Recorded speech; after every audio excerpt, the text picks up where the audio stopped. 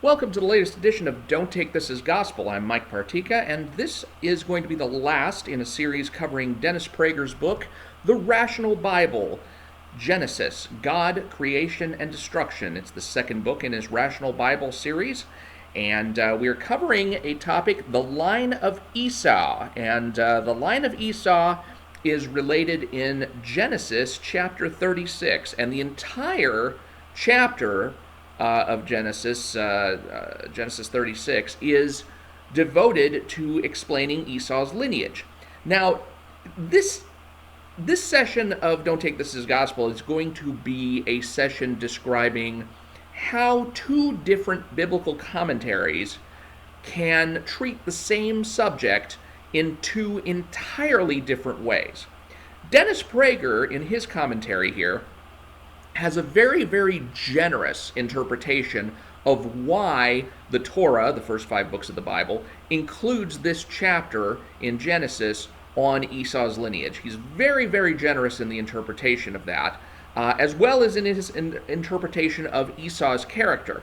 So going to Genesis chapter 36 in general, his reason for the inclusion of this chapter in Genesis is to show that God and the Torah care about all nations and individuals.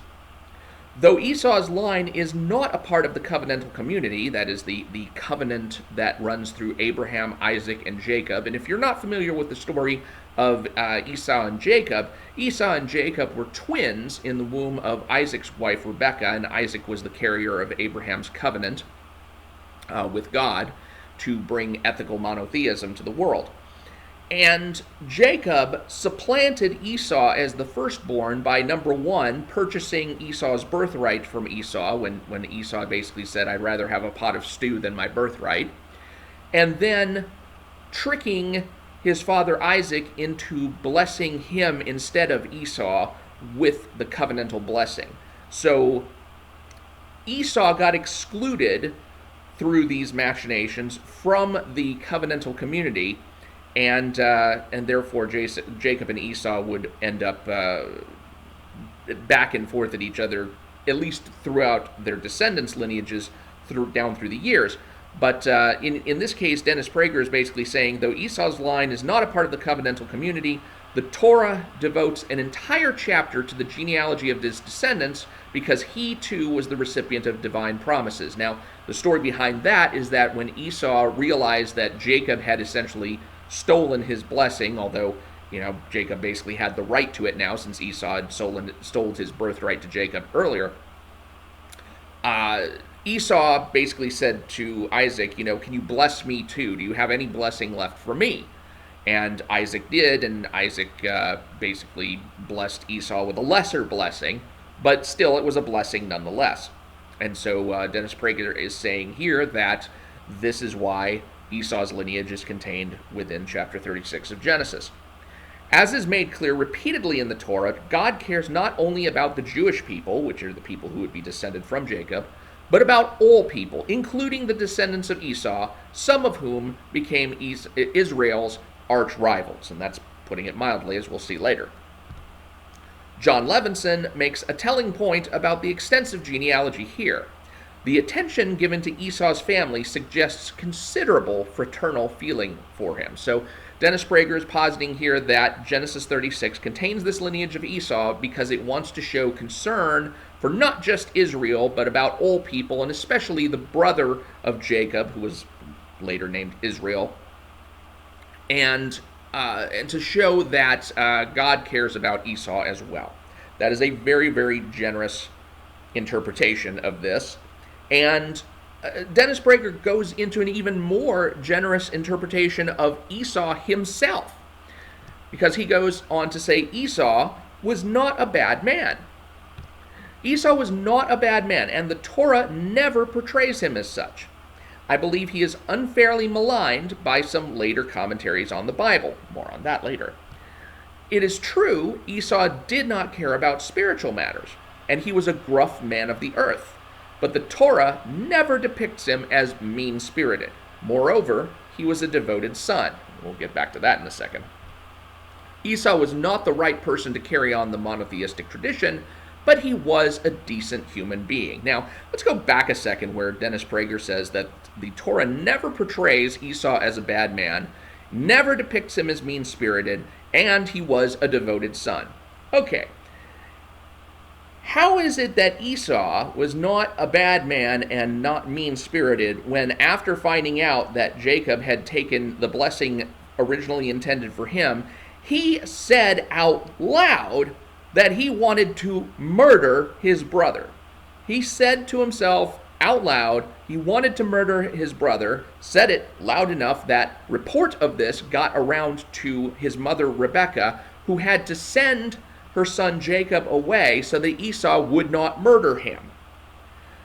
And the only stipulation that Esau put on his revenge was that he would not murder Jacob while his father was still alive. So when Dennis Prager is saying he was a devoted son, yeah, he was a devoted son in that he was going to wait until his father died to murder his brother. Okay? Yeah, that whole Esau was not a bad man thing, I'm not seeing it with the same conviction that Dennis Prager is, and I'm not the only one, because here we're going to delve into another commentary. This commentary is from ArtScroll. ArtScroll is a publisher online, artscroll.org. You can look them up. They are a Jewish publisher of various biblical products and other Jewish life products. They have books on Jewish living, living kosher, and they have a lot of Bible commentaries and also commentaries like the Talmud and the Talmud and other Jewish commentary works, works by specific commentators like Rashi or Rambam or Nachmanides. And this particular work that I'm drawing upon now is called the Stone edition of the Chumash, or the Torah, and it compiles or anthologizes several rabbinic commentaries into one, so that basically it provides an English translation of the Bible, plus it gives you an English translation of commentary that is made about the Bible by various rabbinic sources. So if you go into, say, Genesis 1, in the beginning God made the heavens and the earth, then you will find, like, here's what Rashi said about that, here's what Rambam said about this, here's what Nachmanides said about this, and you'll get all of these different perspectives on the Torah and on the subject matter at hand. So this book here has a much, much less favorable view of Esau, who is, according to these commentators, murder personified. You know, Dennis Prager's view, Esau was not a bad man. No, these commentators are saying Esau was murder personified. And their justification for that, they're saying that Isaac and Rebekah produced two sons. One, Jacob, became the personification of righteousness, and the other, Esau, became the personification of wickedness. The redness of Esau's complexion at birth portended a murderous nature, though any man may harness such a nature for good, as David, the later king of Israel, who also had a red complexion at birth, later would. He was a man of war, and God even called him a man of bloodshed. But he shed blood in service to God, which is the difference here. But Esau let his nature run rampant and became the eternal symbol of evil and cruelty. So already we are seeing, not a favorable interpretation of Esau whatsoever. A familiar narrative of the sages teaches that God offered the Torah to other nations besides Israel, but they all refused it because the commandments of the Torah were in conflict with their national characteristics. The nation of Amalek, for example, Esau's offspring, would not tolerate a law that prohibited murder. And actually, I've heard from a Christian commentator, Matt Walsh, that this was true in Germany as well. When the Germanic tribes were being evangelized, one of the things that was so endemic in their culture was murder, being able to just go back and forth and slaughter your enemies who had offended you in some way, shape, or form, that they had a hard time converting people to Christianity up there. So this was not a strictly Middle East type of thing. So Esau was so murderous by nature, it even transmitted to his descendants. And speaking of his descendants, Genesis 36, which cover his lineage, you know how Dennis Prager was saying that the reason that Genesis 36 was included with this lineage of Esau in there was so that the Torah could show that it cared about Esau and was favorable and fraternal in its love for Esau. Well, these commentators have a different spin on that. Esau's impure line. In the literal sense of the verses of chapter 36 and from the parallel genealogies and chronicles, it becomes clear that many of Esau's descendants were products of incest and illegitimacy. So, in these commentators' view, the reason that the Torah contains this chapter on Esau's descendants is to show just how screwed up his family tree, the family tree that descended from him, was, and to show as a contrast to his brother Jacob just how warped they were. Verse 2, for example, implies that Esau's wife Oholibamah was herself the daughter of two fathers, Anah and Zibeon, which, that's impossible, so what, they have to figure out a way that, this is somehow a metaphor. Because verse 24 describes Anah as Zibeon's son, our verse implies that Zibeon cohabitated with his own daughter-in-law, Anah's wife, to produce Oholibamah, rendering her and all her offspring illegitimate. Now, Esau had 3 wives, but this is basically saying that all of the offspring by this particular wife, Oholibamah, were illegitimate on account of her own personal illegitimacy. So you've got 1/3 of Esau's descendants being illegitimate as it is. In verse 5, Korah is listed as a son of Esau by Oholibamah, but in verse 16, he is included among the chiefs of Eliphaz, son of Adah. Adah is another one of Esau's wives. This implies that Korah was really the illegitimate child of Eliphaz, Esau's son, and Oholibamah, Esau's wife. So Esau's son and Esau's wife got together and produced a kid. Last but not least, in verse 20, Anah is called Zibeon's brother, and in verse 24, he's called Zibeon's son, indicating that Zibeon committed incest with his own mother. The illegitimate Anah is also cited in verse 24 with having created mules, the illegitimate offspring of a donkey and a horse. So you've got illegitimacy producing illegitimacy. So in these commentators' eyes, the reason that Esau's line is contained within the Torah is because they want to show just how warped, just how screwed up Esau and his descendants were. It's not something that's supposed to look favorable on them at all. And it makes sense especially when you take it in light of these commentators' view that the 2 kingdoms of Jacob and Esau, of Israel and Edom, they call it. Edom being another name for Esau.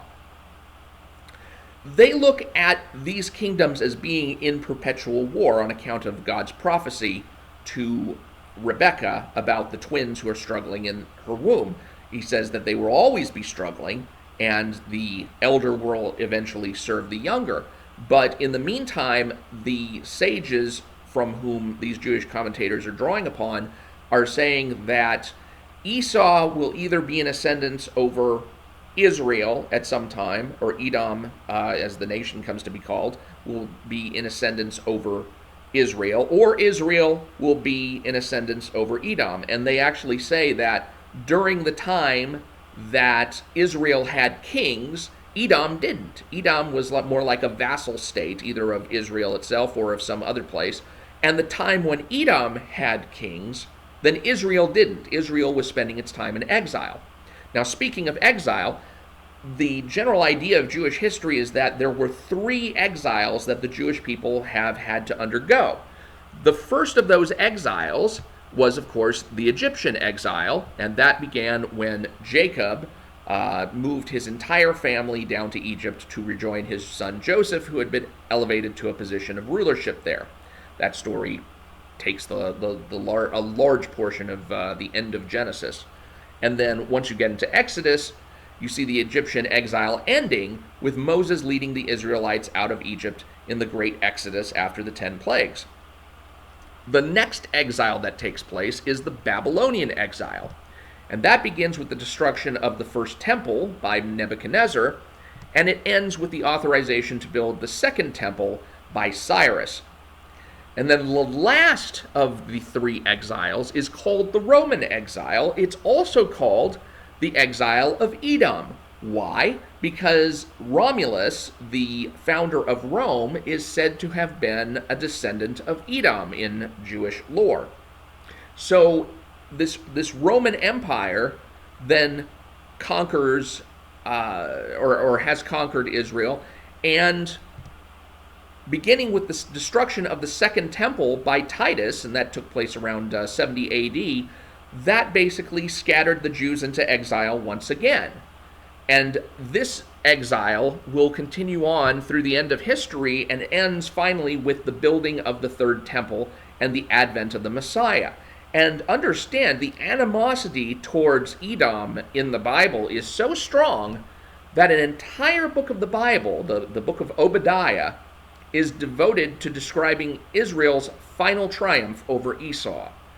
So, yeah, this whole idea about, Esau and his descendants, they're not all bad and stuff, that's definitely I don't know if I can call it a fringe perspective by Dennis Prager, but it's definitely not the collective perspective of the Jewish commentators who are featured in the Art Scroll commentary. So those are the 2 commentaries that I've drawn upon. This is Dennis Prager's The Rational Bible, Genesis, God, Creation, and Destruction, and the Stone Edition, Chumash, by artscroll.com or .org. Look up either one if I get that wrong. I'm going to provide links to both of these commentaries in the video descriptions. They're Amazon affiliate links, so please do order through those if you're interested in picking up either of these commentaries. I think it's valuable to pick up both commentaries and to have multiple commentaries on hand so that you're not just getting one perspective on the Bible. You're getting Dennis Prager's perspective here, you're getting the Art Scroll commentator's perspective there, and you're getting my perspective on this channel. Don't take this as gospel. So thank you for watching. I'm Mike Partika, and please do subscribe to get to the next installment of Don't Take This as Gospel, which will be on a different commentary work next time. I think I'm going to wrap it up on with this one on Dennis Prager's book. So do subscribe so you will get notified, and I will talk to you later.